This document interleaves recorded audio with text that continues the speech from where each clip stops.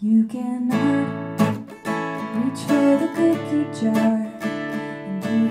Dit huis aan de verlengde Haardstritten is mooi het podium van singer-songwriter Liesbeth Munningsma uit Koudem. Het huis stiet al meer als een ier te keer. In de wenkamer oefent Liesbeth haar vestjes nog voor een laatste keer.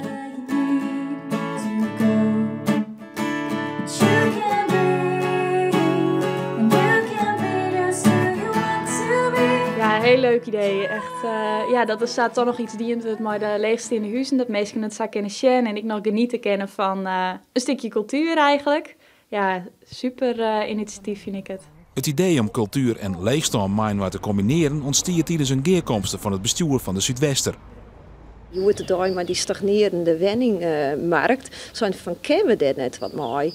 En dat is eigenlijk dus decor worden om wat culturele activiteiten daaromheen te bedenken. We hebben 6 huizen, daar hebben we toneel, we hebben zang, muziek en een culinaire activiteit. In totaal is er ruimte voor 6 groepen van 10 mensen die een huizenroute door het dorp aanlezen. Sanjem de culturele makelaars zullen de groepen begeleiden tussen de verschillende huizen. Het binnen Koudemers en die weten ik een soort te vertellen over het huis waar de mensen heen gaan. Dus die hebben leuke, grappige anekdoten te vertellen. In het huis van Grietje de Boer kunnen mensen gewoon lietse lekkere hapjes proeven. Die worden maken in de romme keuken van het huis.